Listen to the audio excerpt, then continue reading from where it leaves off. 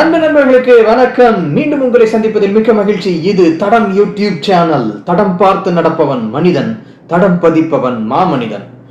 நம்மளுடைய இந்து மதம் அப்படிங்கிறது ரொம்ப பழமையான மதம் மட்டுமில்ல, ரொம்ப ஒரு ஆழமான நம்பிக்கைகளையும் ஒரு கலாச்சாரத்தையும் கொண்ட ஒரு மதம் அப்படிங்கிறது நம்ம எல்லாத்துக்குமே தெரியும். அதை பற்றி பல வீடியோக்கள் நம்ம பார்த்திருக்கோம். அந்த வகையில இன்னைக்கும் இந்த இந்து மதத்துல இருக்கக்கூடிய ரொம்ப முக்கியமான ஒரு நம்பிக்கையான ஒரு வைபவத்தை பத்தி தான் நம்ம இன்னைக்கு வீடியோல பார்க்க போறோம். வேற ஒண்ணும் இல்லைங்க, இன்னைக்கு இந்த தமிழ்நாடு முழுக்க, இந்த நாடு முழுக்க கொண்டாடக்கூடிய இந்த ஆடி பூரம் அப்படிங்கிற இந்த வைபவத்தை பத்தி தான் இன்னைக்கு வீடியோல பார்க்க போறோம். இந்த ஆடி பூரம்னா என்ன, எதனால இந்த ஆடிப்பூரம் கொண்டாடப்படுகிறது, இந்த ஆடிப்பூரத்துல கொண்டாடுறதுல என்ன விசேஷம் இருக்கு அப்படிங்கறது தான் இன்னைக்கு நம்ம வீடியோல பார்க்க போறோம். இன்னைக்கு வீடியோக்குள்ள போறதுக்கு முன்னாடி நம்ம சேனலை சப்ஸ்கிரைப் பண்ணாதவங்க சப்ஸ்கிரைப் பண்ணிடுங்க, மறக்காம பெல் பட்டனையும் கிளிக் பண்ணிடுங்க. வாங்க இன்னைக்கு நம்ம வீடியோக்குள்ள போலாம்.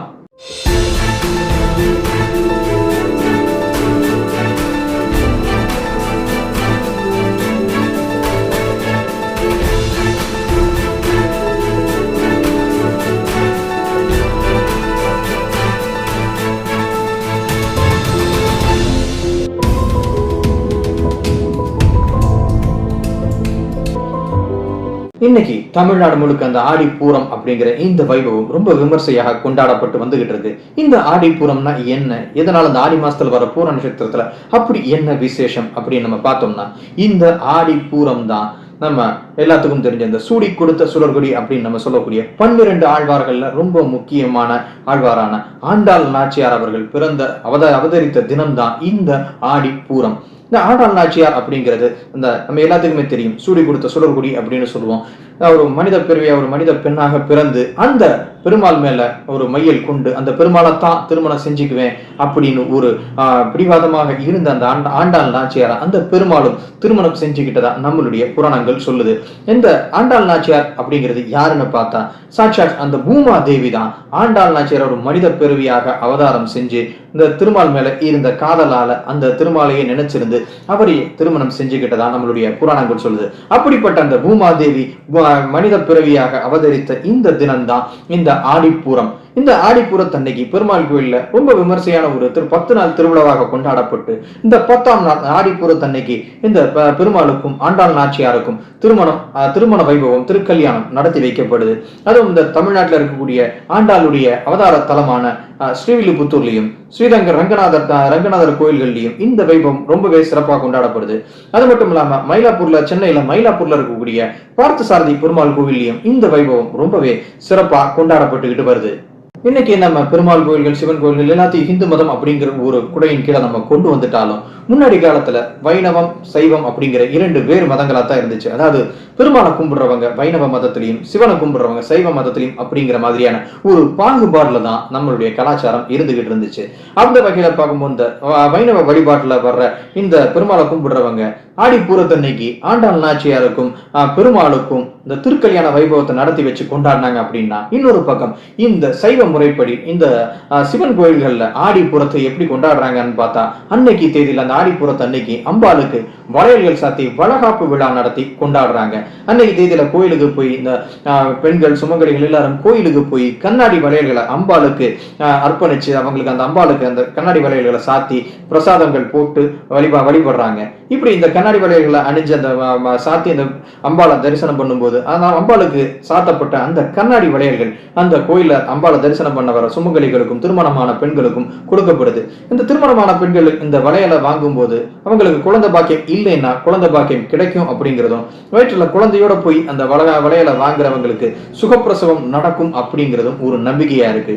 அந்த பக்கம் வைணவ முறைப்படி இந்த திருக்கல்யாண வைபவத்தை பார்க்கிறவங்களுக்கு திருமணம் ஆகாத பெண்களுக்கும் ஆண்களுக்கும் திருமணம் நடக்கும் அப்படிங்கிறது ஒரு நம்பிக்கையா இருக்கு.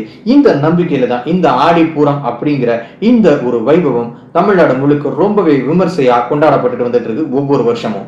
இந்த கதைகள், நாடி பூரம், இந்த மாதிரியான வைபவங்கள், இந்த சடங்குகள், சம்பிரதாயங்கள் எல்லாமே நம்ம ஒரு சில பேருக்கு நம்பிக்கை இல்லாம இருக்கலாம். இதெல்லாம் உண்மையாக நடந்திருக்க போது, இதெல்லாம் வரும் கதை, யாரோ சொல்லி வச்சுட்டு போன கதை அப்படின்னு பல பேர் சொல்லலாம். அது கதையா உண்மையா நடந்துச்சா இல்லையா அப்படிங்கிற ஆராய்ச்சி அப்படிங்கிற நமக்கு தேவையில்லைங்க.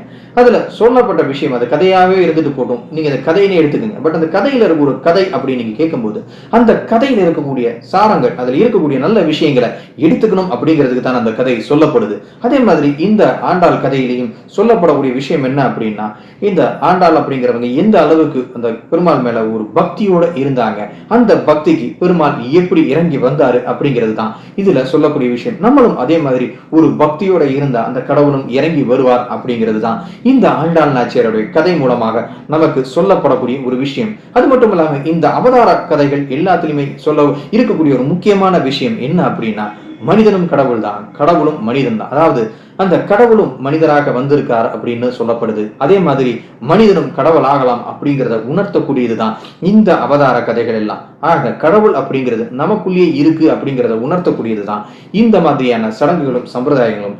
நம்ம சொன்ன மாதிரி இந்த ஹிந்து மதம் அப்படிங்கிறது ஒரு மகா சமுத்திரம். இந்த ஆடிப்பூரம் அப்படிங்கிற வைபவம் மாதிரி லட்சக்கணக்கான சடங்குகளும் நம்பிக்கைகளும் நம்மளுடைய மதங்கள்ல இருக்கு. இது எல்லாமே நமக்கு மதத்தை உணர்த்துறதுக்காகவோ இல்ல நமக்கு ஒரு போதனை கொடுக்கறதுக்காகவோ இல்ல, எப்படி வாழணும் அப்படிங்கிறத காட்டுறதுக்கான ஒரு நெறிமுறை தான் இந்த மாதிரியான சடங்குகளும் சம்பிரதாயங்களும்.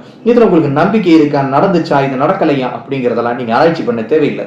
இதுல நமக்கு காட்டக்கூடிய நமக்கு சொல்லக்கூடிய விஷயம் என்ன அப்படிங்கிறத மட்டும் எடுத்துக்கிட்டு அதை நம்ம வாழ்க்கைக்கு ஒரு சரியான பாதையை தேர்ந்தெடுத்து வாழ்றதுக்கு, சரியான பாதையை தீர்மானிக்கிறதுக்கு ஒரு விஷயமா நம்ம பயன்படுத்திக்கணும் அப்படிங்கிறது தான் இந்த மாதிரியான வைபவங்கள் நம்பிக்கைகள்ல இருக்கக்கூடிய விஷயம். இந்த ஆடிப்பூரம் அப்படிங்கிறது தமிழ்நாடு முழுக்க ரொம்பவே விமர்சையா கொண்டாடப்பட்டு வந்துகிட்டு இருக்கு. பட் இதே மாதிரி கேரளாவிலையும் திருச்சூர் பூரம் அப்படிங்கிற ஒரு வைபவம் கொண்டாடப்படுது.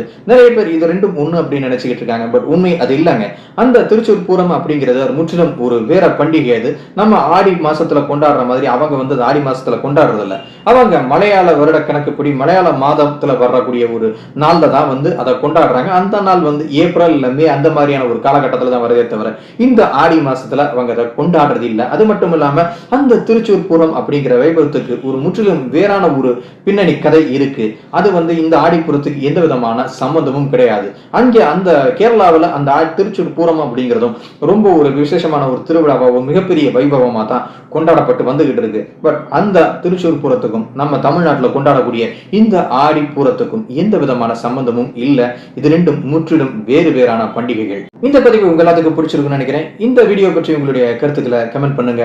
இந்த வீடியோ உங்களுக்கு பிடிச்சிருந்தா லைக் பண்ணுங்க, ஷேர் பண்ணுங்க, மறக்காம நம்ம சேனலை சப்ஸ்கிரைப் பண்ணிடுங்க. மீண்டும் இது போன்ற சுவையான ஒரு பதிவுல உங்களை சந்திக்கிறேன். அதுவரை உங்களிடமிருந்து விடைபெறுகிறேன். நன்றி, வணக்கம். தடம் பதிப்போம்.